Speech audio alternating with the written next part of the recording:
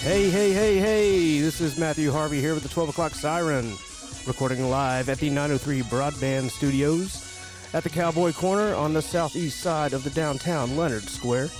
On my left hand is James Sponsorship Hartley. Could have said James missing Jason Hartley.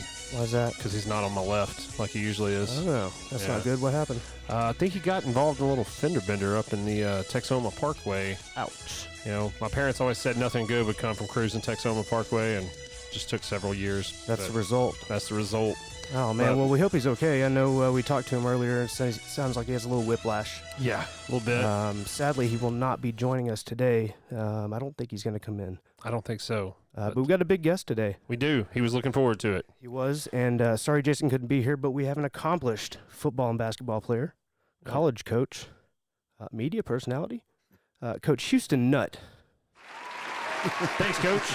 Hey, thanks for having me, guys. Howdy. How are you, sir? I'm doing good. We're excited to have you here. Good to be here. Thank you very much for coming all the way up to Leonard from McKinney, Texas. How was that drive? Great. Beautiful. Yeah. Yeah, I like this area out here. It's not bad. It's No. not bad. Matthew and I just recently moved back, and we always joke that we're enjoying it more the second time around. You know, now that we're adults back in our hometown. You know? We both graduated here, and it's good to come back to the small town vibe. I'd been in McKinney for a long time, and it's cool to come back here and kind of do this sort of thing, You bet. and add it to the community and stuff. So, the community also thanks you for coming in and doing this. You bet.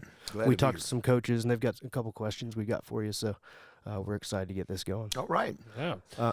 Go ahead. Well, I was just going to say first, you know, we've done a little research, but could you just give us a little bit of background on where you come from? You're an Arkansas boy, right?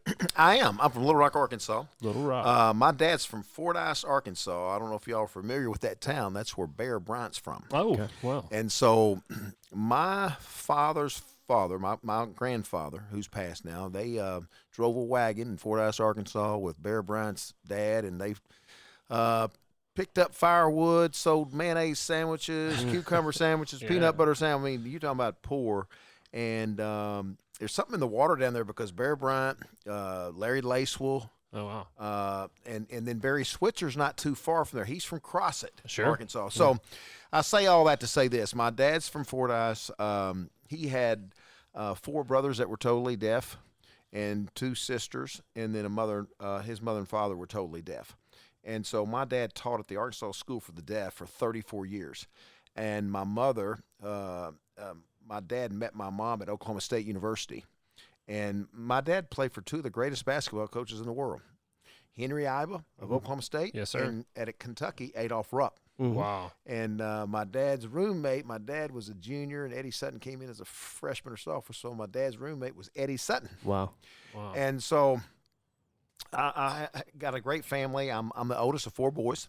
Yep. And grew up in Little Rock, Arkansas. Went to Little Rock Central, first integrated school at Arkansas there. They integrated in 1957. And so my brothers and I played football and basketball there. And you know, I'm a real fortunate victim of circumstance because I got to be around some great, great people at the Arkansas School for the Deaf. I don't know if you're aware, there's only one deaf school in each state. Yeah. I did not know that. Yeah, and so they leave home at the age of 3, 4, and 5 years of age. And I tell you what was neat about it, it taught me a lot about recruiting and family. Oh, We had a great- that's an area we want to get into talking about is Yeah. recruiting. Yeah. So. Yeah.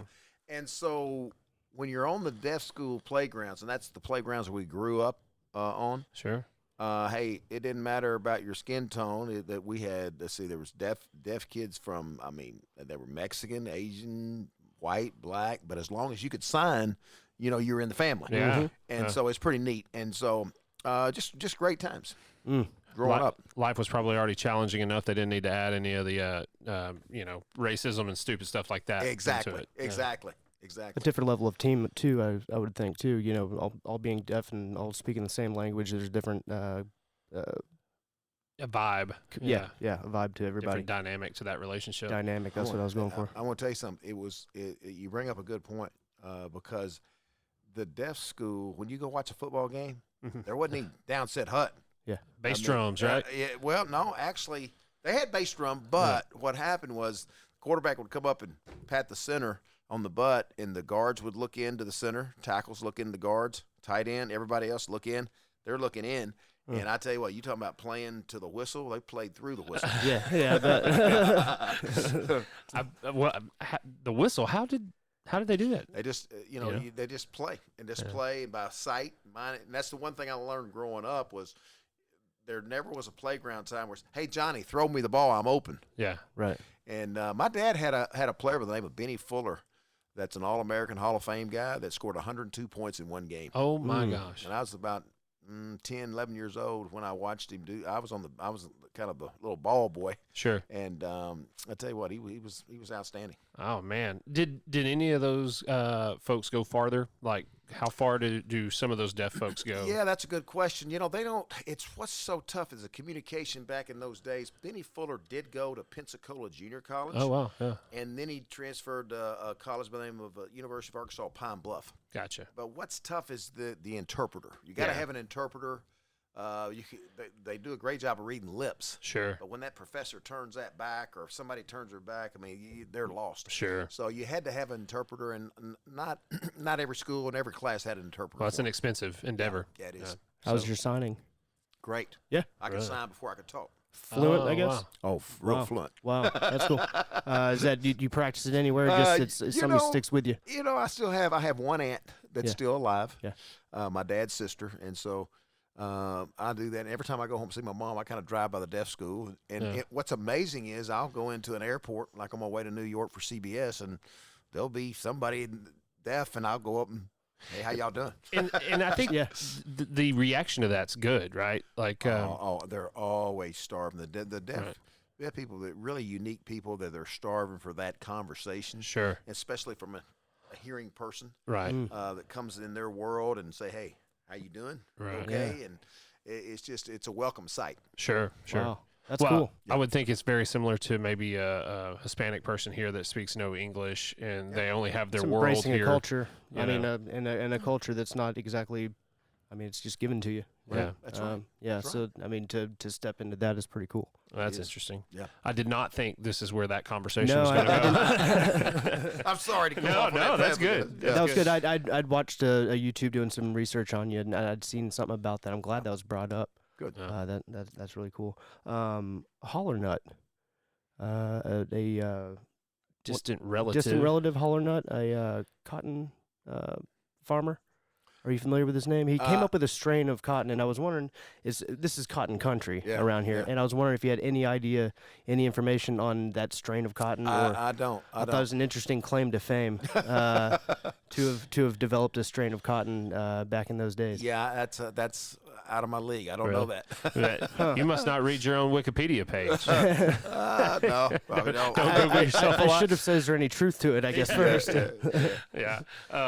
I was doing a little research, and they talked about your ties to that man and kind of the Southern aristocracy. So that does not seem to have played a large role in your family tradition then, huh? Like, I mean, did y'all talk about being Southern aristocracy or, what was... My mom, who wrote a book, did a lot of studying, Really? with the histories and the families and the family of deaf and all that. So Sure. most of our relatives come from the South Arkansas area. Gotcha. Now, a lot of them moved out to, there's some moved to California, some moved to state of Washington, where Apples and Texas and different places. Sure. But most of my relatives and all the relatives that I have that I know of and know about are South Arkansas. Gotcha. Okay. All right. So while your dad was coaching at the School of the Deaf, you went to, what you said, North Central? Little Rock Central High School. Little Rock Central. Gotcha. So, and you obviously played both basketball and football. Right. Was it a love affair with both sports, or did you lean more one way or the other? Yeah, I grew up playing football, basketball, and baseball. We didn't really have soccer during our time. And so I really zeroed in on football and basketball, let baseball go after high school. Sure. And had the privilege to play both sports all the way to college, and played for the greatest coaches in the world, I believe. I had Frank Broyles, who I signed with. Sure. And then Lou Holtz came in. One of the reasons I didn't go with Bear Bryant is because I thought Bear Bryant would retire. And lo and behold, Frank Broyles retires my freshman year. And you're like, wait a minute. Yeah, exactly. And so Lou Holtz comes in, and, of course, he's phenomenal. And we go and play in the Orange Bowl, and then I played for Eddie Sutton my dad's former roommate, Oklahoma State, Yeah, and his assistants were Pat Foster and Gene Cady. But I thought with they were running, Coach Holtz really ran the football a lot. I was kind of a slow quarterback. I transferred to Oklahoma State where my mom and dad graduated. My brother was already there playing, and I played for Jimmy Johnson. Gotcha. And the basketball coach was Jim Killingsworth. Yeah. So, and then my youngest brother went to TCU, Dennis, and he was an All-American. Oh, wow. That played for Jim Killingsworth. There's got to be something in the water there then. Yeah. You know? Yeah. So can you tell me then, like playing football, you said you were a slow quarterback. How different now is the game at the quarterback position particularly than it was then? I was the old I formation, handed off. Now, we did run a little V when I played for Lou Holtz. Played in every game. He played two quarterbacks, but Ron Calcagni was an excellent quarterback, had much quicker feet. But we ran the veer, and so we ran the option. Right. Got to Oklahoma State, more play action, drop back, and that's more my style. And Trusted it's your really fun. arm. And Trusted all that. Got a good arm, good throw. But I'd love to play in today's world when you look at the quick screens, the up-tempo, get the ball out of your hands, all that's good. But the thing about today is what you really need. You got to have a quarterback that can extend a play and make things happen. And a lot of people talk about dual threat. I think it's important. You can't be a statue. Sure. You got to be able to move with the rushers and the speed on the other side. You better be able to extend the play. Tom Brady's one of the greatest there is. Sure. And you see how he gets the ball out of his hands.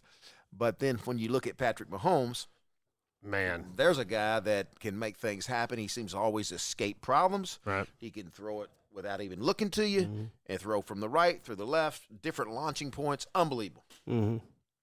How'd you enjoy the Super Bowl? Loved it. Yeah, I thought it was good. What'd you do? I sat there and watched it. That was a good one. Ate food and watched it. Sit at home. Yeah, I sat at home and watched it. No, that was a well-balanced and exciting game all the way through. Oh, it was. In 20-10, you're thinking, hey, San Francisco's going to end up getting this thing. But I tell you, the way Kansas City came back all throughout the year, they were down 16-0. And they always talk about the defense is not good enough, and they always found a way to stop, whether it be Derrick Henry or that running game of San Francisco. Just got to give Andy Reid, and I was kind of pulling for Andy Reid because of he's been there a lot, and I really like the way he coaches, and it's just fun to watch. Yeah, for me, it was kind of no question. I had to root for the Chiefs. I mean, in the 90s, the Niners and the Cowboys were such a rival, you know, and then we got Patrick Mahomes as a Texas boy, and then Andy Reid getting one would be good. So that would have been 6 for the Niners, right? 6 total? I think so. Tying with the Steelers and one more than the Cowboys. I think so. If had they done it, right? Yeah. So. Yeah. Anyway, that's good. That's still there, I guess. You know, we saw a little bit of that. The game being the way it is now. Just a few years ago, it wasn't that way. But a few years, like early 2000s, the Cordell Stewart, we saw some of that then. That kind of extended the play, running the option, but it was a much. It was kind of a weird use case then. We didn't see that a lot then, and now it's like everybody does. You know?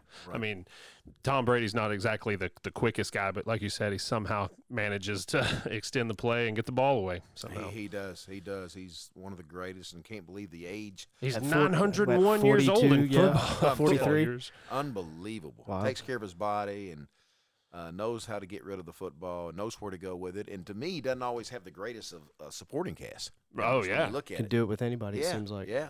What do you think the future holds for him? You got any hot takes? I really don't. Really? I mean, I keep thinking that he's going to stay there, but you keep hearing rumors that he's going somewhere else. So I don't know. You never know. Never know. At that Be a level. wild finish. Yeah, it would be. You know, people say it'll ruin his legacy if it leaves. I think his legacy's intact regardless of what he does, really. Oh, yeah. I mean, my goodness. Oh, yeah. So Emmett Smith style. Yeah. Kind of. Oh, yeah. He's always a Cowboy, but he finished with what? Absolutely. Cardinals, Absolutely. Pudge Rodriguez came back and retired a Ranger. He's always going to be a Ranger, you know? Sure. So question then, we ask every coach that we've had on, we've had a couple. Playing or coaching? What do you prefer? Well, I You like love, playing a lot for a while playing. there. I love playing. I can tell two sports all the way through college. You like doing something. You always miss playing, but there's nothing like once that playing stops, there's nothing like coaching. Sure. And there's nothing like a celebrated locker room. The thing I miss the most after 8 years of not coaching is the relationships. Sure. You know, I still talk to Darren McFadden. Jason Peters is still playing to this day. Yeah. We signed him out of Queen City, Texas. He's the one of the highest paid left tackles in the NFL. That's got to be cool to see that grow. It is, and they go through so many, and even the ones that don't make the NFL. Sure. Tony Bua was an outstanding player for me in Arkansas. That lives. What's ironic is that he lives not even half a mile from me. Wow. In McKinney, Texas, or really Fairview. Sure. So it's just relationships. You miss that in the journey, and you always get emails and letters from former players. Hey, Coach, if it wasn't for those 4 years at Murray State or Boise State or Arkansas or Ole Miss, man, I wouldn't be the father I am today. I wouldn't be the citizen I am today. I wouldn't be the husband. All those things that you really miss. Sure. Yeah. And then your students that go, or your athletes that go on to play at that ultimate level, you had a true impact there. I mean, obviously they did a lot of the work themselves too, but you helped these guys on to make their careers and lives. Like we've said to other coaches, this little piece of you going on to win that championship, a little, going on to help that kid to do that, whatever he does. You always root for them hard, and you want to hopefully play a small part, and it's their work ethic, and boy, their goals that they get to accomplish, and boy, you just celebrate with them. Sure. Are there any athletes you've had coaching in college that it just dumbfounded you why they didn't go on to play? There's always, there's several Sure. that seemed like either got with the wrong team or had maybe one too many injuries. Sure. The numbers got them. There's always a few players think, man, I thought he'd make it. Right. I just mentioned Tony Boo. I thought he would be. He had one motor. Right. And it was full It was go. throttle. It was full throttle. And so you get a lot of players like that. You think, man, you just think with the right team, he's going to make somebody's roster, and you want him in the locker room. Who's the number one that did make it that you thought, that made sense? Well, it's always easy to say Darren McFadden. Sure. Darren McFadden was a home run hitter in the SEC. Right. And what I mean by that is once we got him to the second level, he took your breath away. He's going to take it to the house. Free safety, take one bad step, and he's gone. What was it like having that backfield? Oh, how about this? Peyton Hillis, Felix Jones. Jones, yeah. And Darren McFadden. I mean, that's crazy. And, a lot of people want to see the ball in the air, but when you have those guys and you have guys like in front of them, these big linemen in front of them that know how to move the pile, it's fun watching these guys run. No, I bet. I remember, oddly enough, where I was when Felix Jones was drafted. Very odd place to – I don't remember things like that. And I think Jamaica Rector from nearby Celeste, I'm not sure if he was on the practice squad with the Cowboys at the time, but it was kind of funny that I remember it that way. You mentioned playing both sports. You ended up was it injury that kept you from going further, or just kind of taking a different route? I tell you, I had a dislocated kneecap. Yeah. And I was already, as I mentioned, not the fastest. I was probably 4.7. Yeah. 4.8. But and so that made me a little slower. And again, once I didn't make a camp, when I came back, Jimmy Johnson, the last college coach I played for, says, "Hey, what happened in Atlanta?" I was going to give him this good answer, Coach, I just it didn't work out there, but I'm going to keep working because I know I'm supposed to be in the NFL or NBA or both.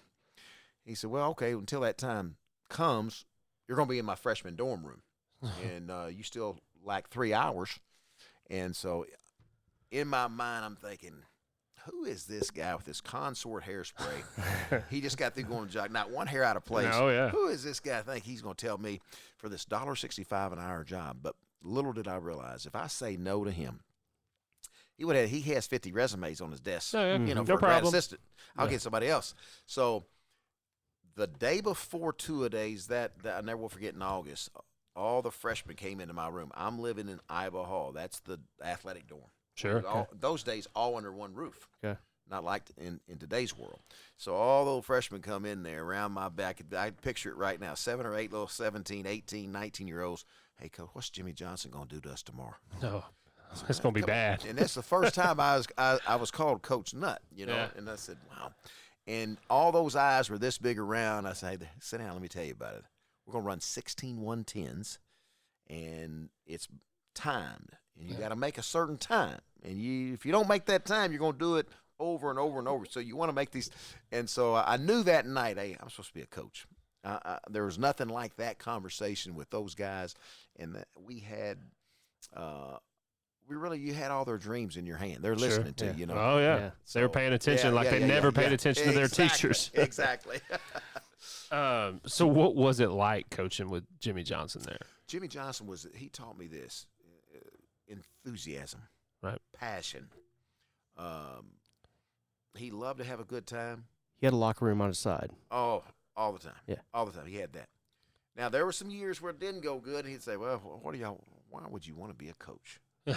I heard some of those conversations, Sure. too. But for the most part, he made it fun. But he also taught me this, which I think is a valuable lesson for coaches. He didn't treat everybody the same. A lot of coaches, I'm going to treat all y'all the same. No. It's a meritocracy. I treat you. Right. I'm going to treat you the way you deserve to be treated. Right. And so I never will forget, in a meeting room one day, our starting quarterback was in the back of the room. We were having special teams meeting. He's kind of dozing off. So he goes back and kind of does say, hey, wake up. But then the following week, had like a third-team tailback who'd been missing class. He fell asleep, and, he popped that chair and flipped the light on, told him, get out of the meeting room, and I'll see you later. And it taught me right there, okay. Yeah, put in the work. There's a whole little difference there with work ethic, attitude, and if you're not contributing, you're going to be treated a little bit different. It wasn't a one-size-fit-all where a lot of coaches say, I'm going to treat all y'all the same. Not Jimmy Johnson. Not a lot of rope to hang yourself with. No. Yeah. Well, so working with Jimmy Johnson, was that the biggest takeaway, you think? That and having fun, made it fun. You wanted to work hard, right? Make it fun, and then Lou Holtz. There's a lot of different. There's different ways to do things. Sure. Everybody's different. Sure. Both Hall of Famers, both won championships. Lou Holtz makes you nervous as soon as you come in the room. Just air about him. Yeah. Sit up in your chair. Yeah. I thought you told me, and he was tougher on the coach than he was players. I thought you told me you're going to coach this fullback with a 6-inch step. I thought you told me you're going to get it done, and you didn't do it. You didn't get it done yesterday. Do you want to coach or not? Jeez. And so, and it wasn't ever the player's fault. It was the coach's fault. Sure. What you see on film, that's what you're teaching. Right. And so, he was really strict, disciplinarian, hard nosed, made it tough. But man, successful. Very successful. Right. Yep. Wow. That's interesting. Yep. So you kind of bounced around assistant coach between Oklahoma and Arkansas. Tell us about some Barry Sanders. Barry Sanders, that's a great one. Yeah. Yeah. Barry Sanders came from Wichita, Kansas, had 10 sisters and one brother. Wow. Not heavily recruited at all. Yeah. Boy, they missed the boat on that one, didn't they? A lot of coaches missed the boat on that one. He had one offer late, and it was like Kansas State. Came to visit, and here's how smart we were. We really didn't have a scholarship the weekend he came to visit, but he was yes, sir, no, sir, unbelievable. Not a locker room problem. Never. Yeah.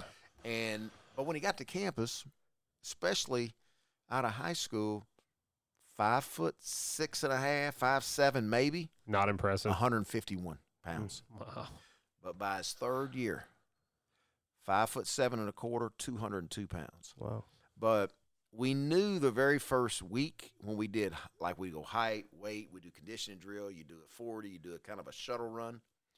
He ran 4.37 after driving from Wichita, Kansas with tennis shoes. Yeah. And then he vertical jumped about 40 inches.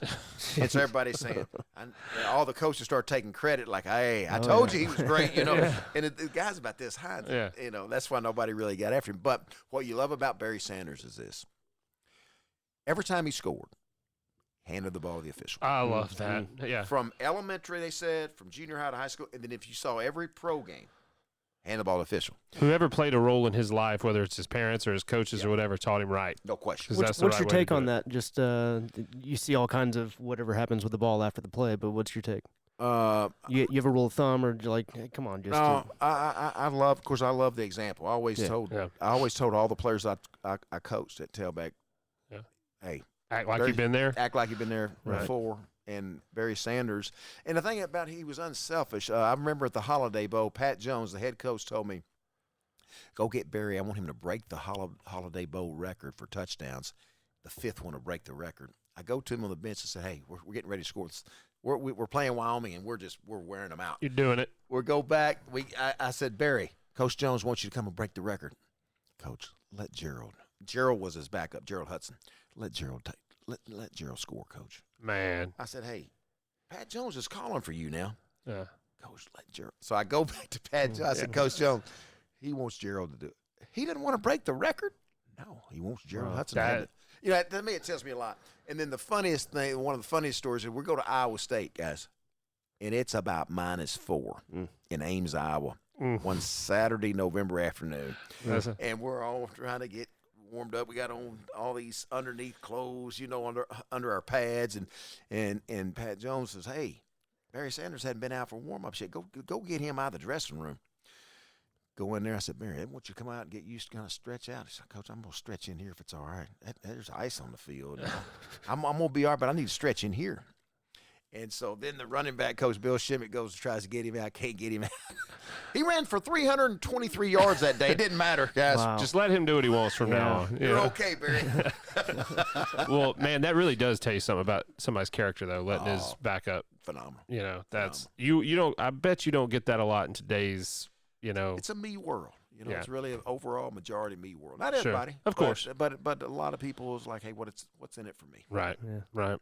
What do you think? Now you haven't been coaching for 8 years, right? Has the game, the NCAA game, changed significantly in those 8 years, or really? Biggest thing, of course, is recruiting. Right, recruiting, early signing date. Of course, seems like it's always early, but they made it totally year round. Sure. Recruiting's always been kind of year round, but back when I started with Jimmy Johnson in '80, it was more seasonal. And what I mean by that, I was like, this is spring ball, this is the football season. Now it's recruiting. Right. Now it's all year round. I remember at Arkansas, my coaches would say, hey, so-and-so's coming in for summer camp one day. Not going to stay for the 3 days, coming to one day. Then he's going to Oklahoma. And then it'd be on game day, hey, so-and-so, his mom's coming in. And it's just constantly, you're trying to focus on beating LSU and Alabama. Then it's, hey. So you got to do the sales thing. Because you got one opportunity. Right. And then your players got to be your best ambassadors. Well, I think so there was a question here that our buddy Jason sent in and said, recruiting, what really goes on? Yeah. Any crazy demands, you know? You know, there's always sometimes that gets kind of overblown, but there's always sometimes an uncle of an uncle, or you needs a tractor. Yeah.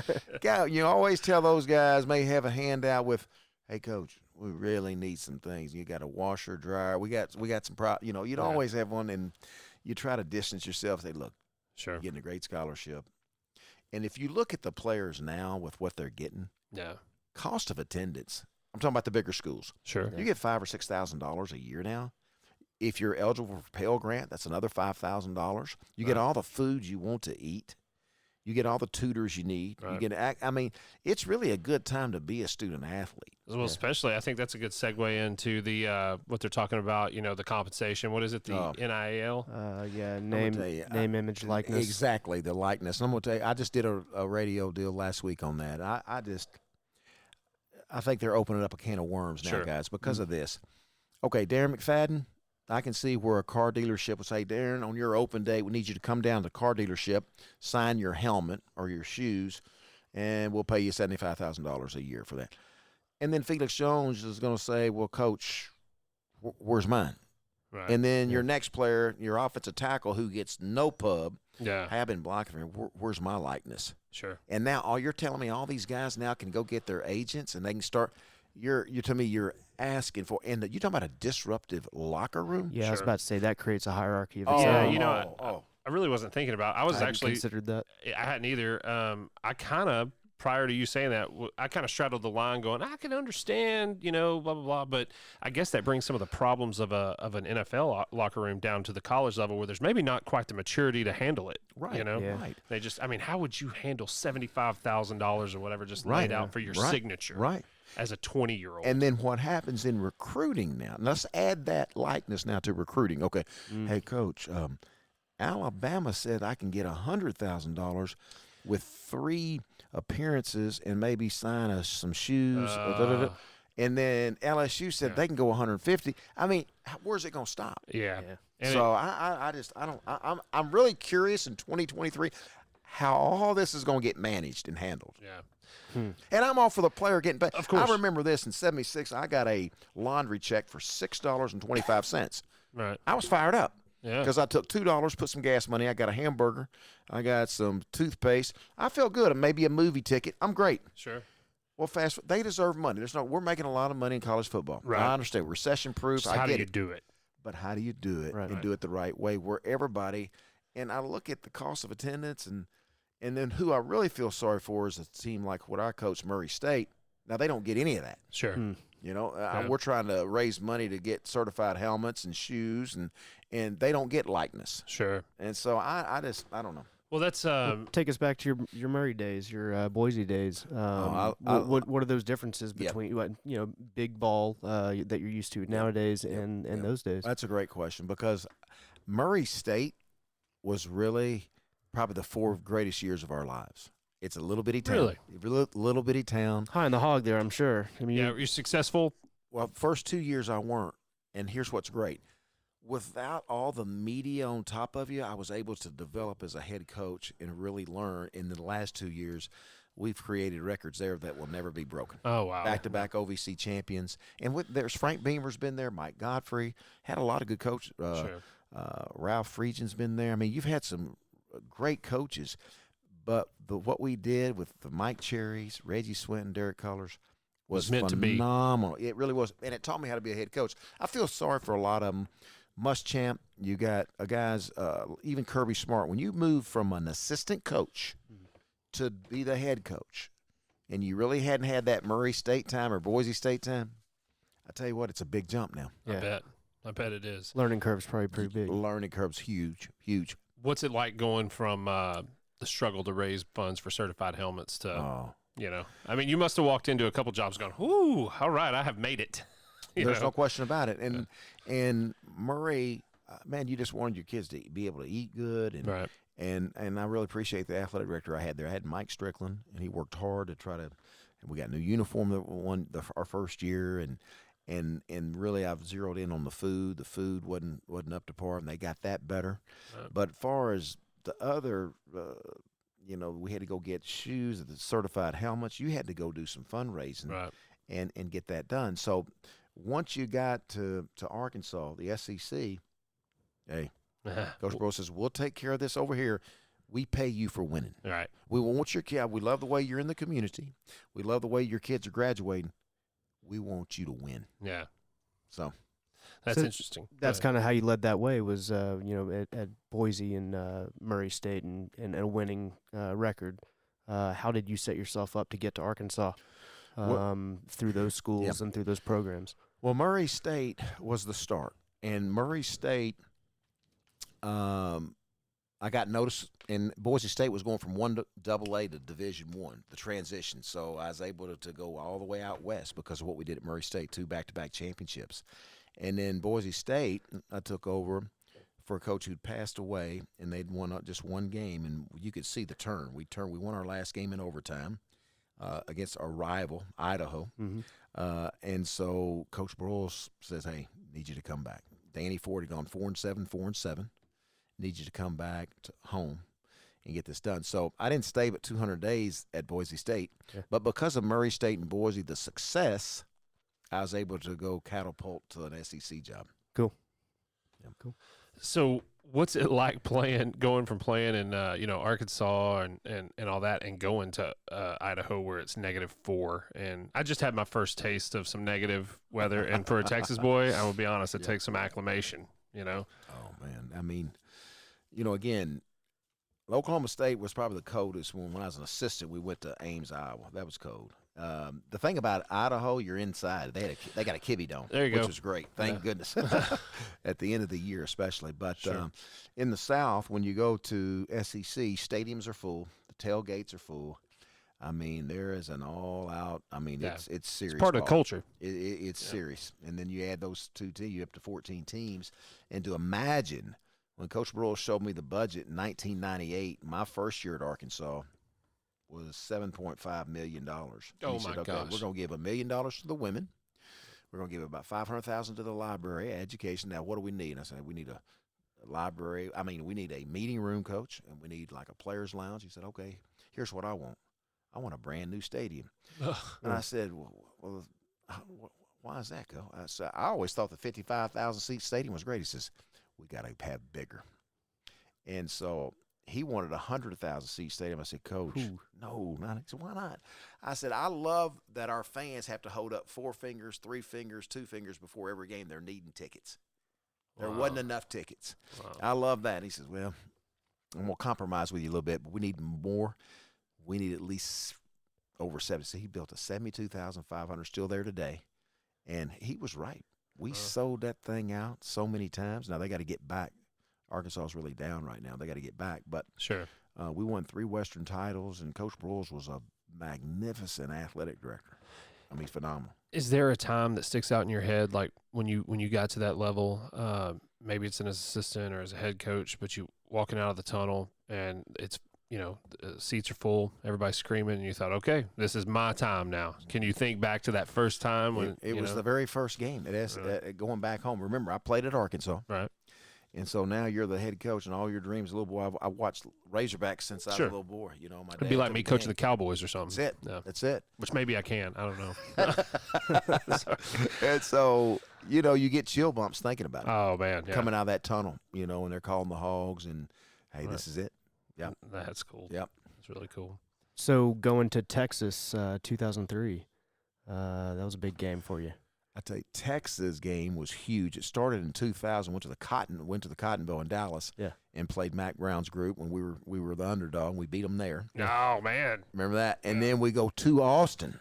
And what was ironic about that was Jim Lindsey and Jerry Jones were there Friday night in our hotel. Also an Arkansas boy, right? Arkansas boy, and Jim Lindsey and Jerry Jones won the national championship at Arkansas as players under Coach Broyles. And so they were in the locker room. So I had them. I said, I want you to come talk to our team. And they were great. But our guys were so ready to go.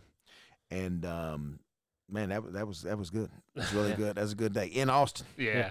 Yeah. Man, I can't imagine. Coach, honestly, I can't. But remember, Arkansas was in the old Southwest Conference days. They were the only school outside Tech. You had Texas Tech, TCU, Houston, Texas, and so Texas was huge. We were so inferior to Texas growing up because that's all the fans. Here comes Texas. Sure. And they remember the '69 game, James Street, where it's 4th and 1, and the great Darrell Royal goes for it on 4th and 1, and of all things, fakes a run and throws a pass and completes it.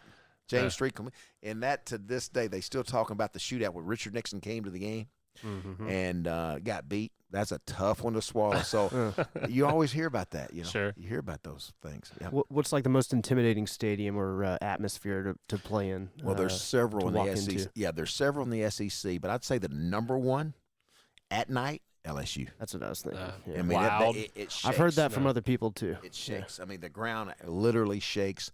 The crowd they're there all day long, and they're waiting. The bus comes drunk. in. Come on. Oh, drunk. Really? Yeah. You got little kids that are giving you, the fingers and different things, and the daddies say, way to go, son.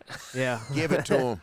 And it's Cajun country, it's Cajun, and they are great. But I tell you, I developed a good relationship with a lot of the Louisiana. They'd bring me gumbo, and they were unbelievable. They were great. I was stationed in Louisiana for a while, and let me tell you, it's a different world. But it's a great place. Yeah. But it is a different world down there. Different world. I can just imagine the hammered fans at LSU. I might stop coaching the game and just go eat crawfish in the parking lot, to be quite honest. You'd want to. You into the crawfish? Oh, yeah. Yeah. Oh, yeah. It's that time of year. It's awesome. Well, we were talking about Jerry Jones. Buddy's question here said, Jerry Jones, Jimmy Johnson. Did you ever have any interaction with them during the years? Like the Super Bowl run for the Cowboys. Did you ever brush shoulders with them at that time? I did. I did. I bet there was an intensity or something there, huh? They were always. I got to see them during the first couple of years when they were there when they just got here. Yeah. And there's a lot of people that were upset. Oh yeah, as y'all know, Tom Landry and all that. Tom Landry and Icon. So it wasn't easy. And then the first year was 1-15. Yeah, it was rough. It was rough. Yeah. But Jimmy Johnson did something that blew everybody's mind. And Jimmy tells this story where they're jogging. Dave Wanstadt, defensive coordinator, Tony Wise, offensive line coach, they're jogging.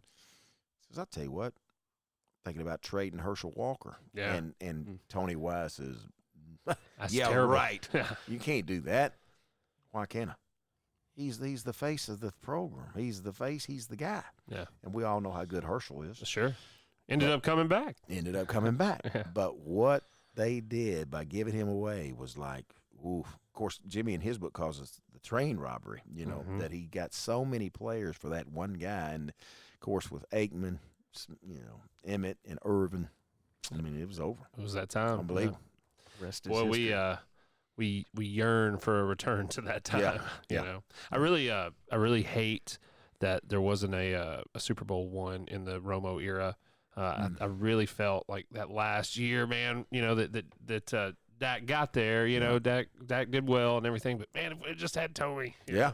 But What's your outlook on the Cowboys this year? Just topic. Just always have high hopes. I always pull for them. I'm a Cowboys you a fan? fan. I am. Yeah. I am because Jerry and sure. Steven, Yeah. who's of course went to school there. But I just think with the offensive line, the defense, and with Dak and the best receiver, the best running back. It's optimistic, huh? Yeah. What do you think about the hire? I think it's good because he's got laps around the track. He's been there. Sure. He's he can do it. He's done it before. Yeah. Well, we'd like to see him do it again. Yep. That's for sure. Yep. Quick here. Can we play the name game a little bit? Mm-hmm. Tim Tebow. Whatever. I mean, what was your thought on him? Phenomenal. I did too. I thought so Phenomenal. too. I don't know if you realize this, but my connection with the Tim Tebow is I took a team to Ole Miss Right. in Gainesville, and we beat them. Really? That's when Tim Tebow did the famous speech. Really? They remember when he came to the microphone, you'll never see another player Yeah. that will work as hard as I will. And my team, we did that. good. And Yeah. it's That is on pretty good. it's in concrete now. Yeah. It's on there. And I always tease Tim Tebow when I see him. We helped you get it done. You went on to be national champions after we beat you. Yeah. Your famous We speech. inspired you. Lit that fire. We lit that fire. That's right. We motivated you. But he is so awesome. What an unbelievable guy with character, and he is I'm talking about a leader, and he leads them all. An all-around athlete. My gosh. Unbelievable. It's Was ridiculous. he trying out for baseball? He was playing in the Mets who in their development AAA league. or whatever. Yeah. His first at bat, he hit a home run. Yeah, he's on camera now, isn't he? Doing some Well, every sidelines. time he gets hurt or gets cut, he goes back. He can get that camera job anytime he wants to. Yeah. But I still think he's still playing baseball. Yeah. He just likes to play, doesn't Loves he? to play. Yeah. Urban Meyer. Urban Meyer, of course, that's. I think about that game we beat. You had Dan Mullen there as his offense coordinator, and Urban Meyer is a great coach. It's won a lot of games wherever he's been. Sure. And a real focused guy now. Nick Saban. Nick Saban is a guy I've never met a coach that knows how to win titles, and then immediately most coaches after you win a national title. Take a deep Pressure's breath. off. Pressure's off. Yep. He puts the foot on the pedal. I've never seen it stay on the way he does. I mean, that's why he has all the number one play. He Effective. gets the best players. Sure. Yeah. I admire the intensity. Consistency. Yeah. Favorite all-time collegiate athlete? If you had to just pick one. Favorite all-time collegiate athlete. I'm partial, guys. Yeah, Barry sure. Sanders. Yeah. Yeah. I was wondering Well, if that's you a were lot gonna of say people's favorite athlete, period. Yeah. that. Yeah. You run the list of the who's who of sports, and a lot of people say him.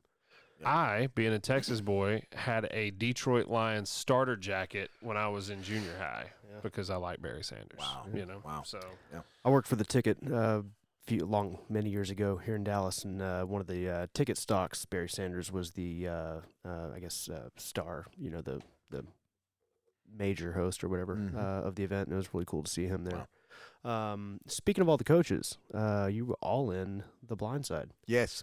I think all three that were mentioned. Oh, there's more than that. Yeah. Lou Holtz, Okay. Phil Fulmer, Okay. Ed Orgeron, Tommy Tuberville, Lou Holtz, Nick Saban, Yep. and we all, Fred Smith, I don't know if y'all know this, Fred Smith, the owner of FedEx, his daughter, Molly, was the assistant executive producer. So she asked all the coaches, wherever you were during this time, that if you recruited Michael Orr, we wanted the original coaches to be in this movie. Oh man! And so it's a great story. Yeah. And of course, I got to coach Michael Orr when I went to Ole Miss. Very cool. And so I went to Ole Miss, and he really wanted to go. He was tired of losing with Ed Orgeron. He said, "I don't like college football." I said, "The NFL report says you're going to be a second-day pick. Give me one chance here." Right. And so what was fun about that year, we went to the Cotton Bowl. We beat Mike Leach at Texas Tech. Yep. And they were rated really high. Oh yeah. And that was the first bowl game. Michael Orr, Dexter McCluster, Jamarca, all those Ole Miss kids never been to a bowl game. Wow. So it was fun. Yeah. So he's glad he gave you that chance. huh? Yes, definitely. But Blindside was awesome. Was that your first movie experience? Ever. How was that? Ever. Phenomenal. Beautiful Sandra Bullock. Oh yeah. It was Beautiful. Hard to. Tim McGraw. Yeah. He loves ball. Yeah. Loves his LSU Tigers. Yeah. They were awesome. Yeah. They were so nice, and we Was filmed all it in coaches Atlanta. on set. All coaches on set, Different but now times or different times. Yeah. We were all in a room though, and it filmed. Okay, Come cool. on. And so we each had about 7 or 8, 9, 10 seconds, but Nick Saban had a bit more, Ed Orgeron had a little bit more, and Phil Fulmer had a little bit more because of the way they recruited them. Yeah. You know, I'd Man. seen it on TV and ran into you at the gym, and I brought it up to you, and you said 16 seconds or whatever it was. That's how many seconds I was in it. You know? I picture all those coaches in there and it being like doctors, like doctor. You know, but just coach. Coach. everybody's turning their head Yeah, too. yeah, that's right. Whose life would you say? We were talking about this earlier. You know, having an impact on your students and athletes' life. Whose would you say when you look back? I had a positive influence on this guy right here. Who I did? Sure. Oh, well, there's a lot. You know, I got to coach for 30 years as assistant Sure. and a head coach. So there's a lot. Multiple people every year. It really is, Yeah. and you know, there's some names that you won't even know. Sure. You know, it's easy to throw out a Darren McFadden because he lives here. We're still close. You know, Right. but you know, I can go all the way back to Murray State. Wow. You know, where guys are saying, "Hey, man, I would not have this job without those 4 years or 5 years." You know, it's hard to put a number on it, but that's the one thing you miss the most, that you feel like you played a small role or you made a difference. Sure. Yeah. Sure. I imagine that was hard to leave behind. Yep. You know? Yep. So interesting. He has this question here, but I was going to ask it as well. What do you think? What's the difference playing at the collegiate level versus the professional level? Like, you know, and we want to get into the XFL and your thoughts on that. Yeah. Okay, the difference between college and pro to me is this. It's just the passion, the pageantry. There's just a little bit more to me in college. Right. Now, again, I don't want to take anything away from Kansas City 49ers because that was a great game. Sure. You know, is that build-up. But when you go to stadiums, if you did a study and say, okay, I'm going to go to about 7 college games, Right. then I'm going to go about 7 NFL games. And until I got out of coaching, I had never really gone to an NFL game. Sure. But I've been going to a few here. So going to watch like Jason Peters, Philadelphia. Sure. And the Philadelphia Eagle fans are great. They get into it. Yeah. Tailgating, awesome. Dallas Cowboys, awesome. Yeah. I get all that. But there's something about, that's my college, Right. the band, Sure. the students. Right. That energy bottled up is just It's high school, but you can phenomenal. drink. That's it. And they're selling it in the stadium now, too. Yeah. Yeah, that's true. Yeah. Well, I don't mean this in a negative way, but when you transition from college to professional, you lose a little of the purity too, because it's a paycheck at that point, That's you it. know. It's And business. Yeah. there's a lot of business. Like I'm in sales for my job. I go to the Cowboys games and Mavericks games and things like that because I'm taking customers there, and it's not necessarily about the sports. It's about having an experience with your customers or your friends or whoever. And in college, it's about going to war and playing. Crowd participation. Yeah, playing ball, you know. So I could see that, you know, I could see the pageantry, like you said, being alluring. Yeah. Anyway. Woo pig suey. Yeah. Yeah.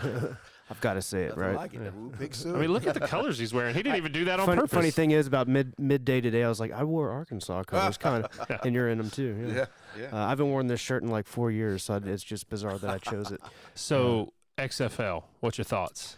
Well, you know, I've always liked the opportunity, Sure. you know, for other players to maybe hadn't had a chance, or maybe they've been made a roster and they hadn't been playing or been hurt, and now they get a chance. Just like the AAF, I was hoping the Alliance League was going to make it. Yeah. So to me, it's just more opportunity and more jobs. I hope they make it. I hope they make it The too. Alliance didn't quite make it, but it looks like they've got some money behind this deal. They did, and I think the Alliance could have made it. Didn't quite have the money, and then maybe some business decisions that didn't turn out like they hoped. Right. Put it that way. But yeah, with the XFL, I'm a fan of competition in general, business, sports, whatever. So I think competition is good for everybody, and I'd like to see somebody give the NFL a run for their money. Just cause. Right. I'd like to see that. I think I'm going to go to the game opening day actually. Sunday, I believe, right? Yep. Right. Globe Life Park. Yes, sir. Wedged a football field in there somehow. Yeah. We do a little 5 questions We do. on this little segment. We call it 5 questions. We've been bombarding you with questions that are maybe not as typical, but I'm going to start that right now. Where were you born? Where were you born? I've got 5 questions to ask tonight, such as, do you ride with your left or right? Or do you like to fish or hike? I've got 5 questions to ask tonight. And that was just our little lead in there. So here we go. Got question number 1 from Coach Fletcher, our athletic director here in town. And head football coach. And we kind of touched on this earlier. It's basically a kind of redundant. I'm sure you've got a soft spot in your heart for a bunch of different players. Name 1 or 2 of those that just sticks out, and we just touched on that. Sorry. I mentioned Tony Bua because he lives close, and I recruited him and did great. Matt Jones is another one that was 6'6" white guy, 240 pounds. That runs 4.37. I'm 6'6" and 240 pounds. We are not the same human being. It's good height, though. Good height. Sorry, go ahead. Just had to throw that in. Yeah, this is actually a repeat too. So go ahead. You've Okay. actually, we covered the. This one comes from Coach Pearson. Favorite coach that you played for and why? A little bit of a repeat. Right. Well, I played for some great ones. I mentioned Frank Broyles and Lou Holtz and Eddie Sutton. Sure. And Jimmy Johnson. I mean, those are 4 guys that I played for. All it's hard to, because each stop was just had a great relationship and still do.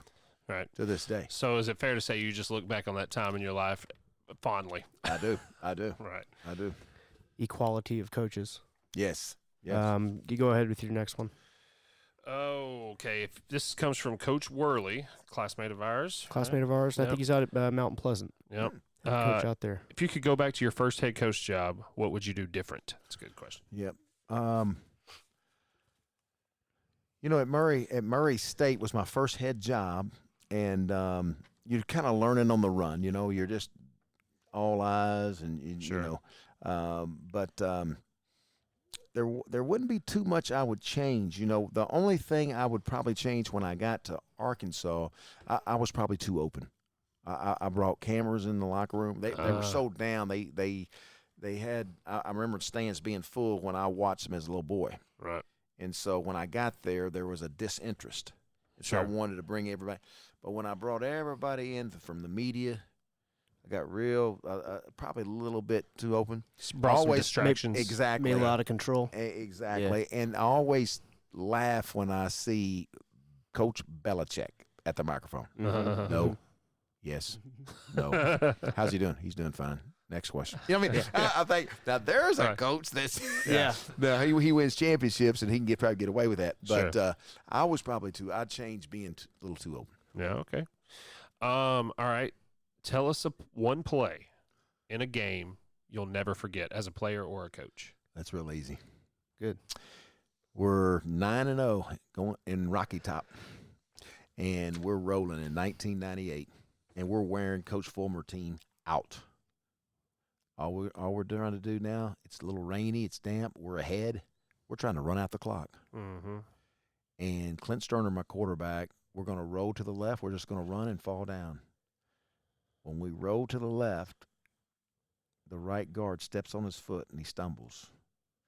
Tries to use the ball to kind of prop himself, and the ball squirts out Tennessee recovers it, scores not the next play, but the play after that. They go on to win the national title. That one, and I have one other one that wakes me up every other week.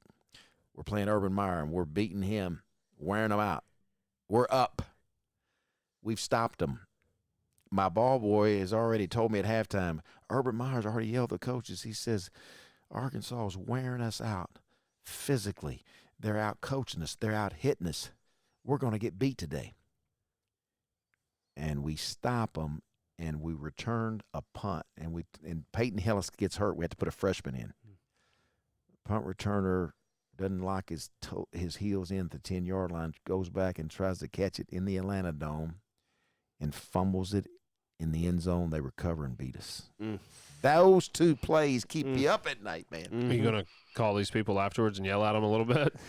Can't do it. They can't do it. That one came from Coach Trinkle. He was a very loved coach from here too. So I'm glad. No, that's man. Yeah, my pulse is going there. Yeah. So, question before we wrap up here: how do you still, or when you were still coaching, did you still deal with the anxiety of those last? Like, look, I never played at the next level. I was pretty decent at basketball, not very good at football, but you still get that anxiety when there's 2 minutes left on the clock, you're down by a touchdown or you're down by a few buckets. Did you get that as a coach too, just trying to work, trying to do everything? Did you have time to feel that anxiety? Not really. Once you got into the game. Sure. And especially when I was calling plays, it's always the next one, the next series. Right. You're locked in. Not enough time to. Now before the game is what you're saying. Sure. Before the game or the kickoff takes forever to get here. Yeah. You're waiting for it. You want it. Yeah. You're waiting. And then I'll never forget, we're in the stadium in Tuscaloosa, and it's a TV game. And the CBS says, Coach, we got to hold them. I said, I don't know if I can hold them. Yeah. And they keep moving me. Coach, you got to hold. Wait 30 seconds. And we've already been in the room. We've been in there waiting 10 minutes, but it seems like 20. Everybody's nervous. You're wrapped up. You're just so ramped up, ready to go. So that's always the hardest time is before the game. But once you got in the game and that first kickoff, that first hit, then you're locked in. The anxiety is almost gone. I think we just determined why I never proceeded on to the next level. That was it. Because in the fourth quarter, I'm looking at the clock, hyperventilating here. Before we go, what are you doing now? You're on CBS. I work for CBS. Okay. Work for CBS, and then during this time, work from CBS from August 1st till the last bowl game. And then I speak to groups, high school coaches. You said you were in Arkansas yesterday? As Arkansas Yep. yesterday, going back again to the coaches clinic. There's 900 high school coaches I'm speaking to Saturday night. Cool. So it just speak to groups, pharmaceutical groups, doctors, insurance people, just speak to groups. And cool. Ever so often there's a 7th grader, 8th grader, 9th grader's dad who come up to me before you and I work out. Yeah. And they say, hey, would you work out my son? So I've done a few cool. quarterback deals, Yeah. What before we go here, what would your advice to high school athletes be? Work hard, work extremely hard. Right. Love what you do. It's the greatest time there is in your life. Right. Is your high school days, and if you just zero in, don't worry about college, don't worry about trying to be in the pros. I had a father I was working out 2 years ago, and he kept saying, "Boy, my son's can be an NFL quarterback." 9th grade, long road. and he said that. Said a couple, and exactly. I said, "Whoa." So finally, I said, "Hey, Dad, come here. You keep saying your son's going to be an NFL quarterback, and I hope he is. Yeah. But percentages say he won't be, okay? Yes. So let's worry about the 9th grade. Manage our expectations. Let's worry about that. Yeah. Let's worry about being the best quarterback we can be in the 9th grade. A lot of pressure to put on your son, too. It is, and they don't need that. That's I saw Bobby Knight talk one time at Burleson, Texas, and he walked in. He made a lot of soccer moms mad. First thing he said was, chances are none of your kids in here are even going to play college. Right. There's probably one in here that might. And he's right. Man, a lot of frowns, a lot of, but he went on to give a great talk about working hard and getting there and kind of what you just said, take it one quarter at a time, right. That's it. Any organizations, charities, or anything you work with you want to talk about? I'm Boys and Girls Club. Boys and Girls Club. I've always been with them since Little Rock days, and they're great and do a great job. Good. Yep. Right on. Well, we appreciate it, and to show our appreciation, I made you a little something. Yeah, we did. Or if he did, I did not. I cut my hand off. Little Arkansas. A little Arkansas for you. This is the beadboard wood out of this building. I've been tearing it out, so the ceiling is this green stuff. Yeah. But I made that for you for your time here. Man, I appreciate we that. really appreciate Thank it. you. We do too. You certainly didn't have to make time for us, and you did, and we thank you. You bet. Yeah. Thank y'all. Thanks, Coach. So thank you very much, Coach Houston Nutt from Arkansas.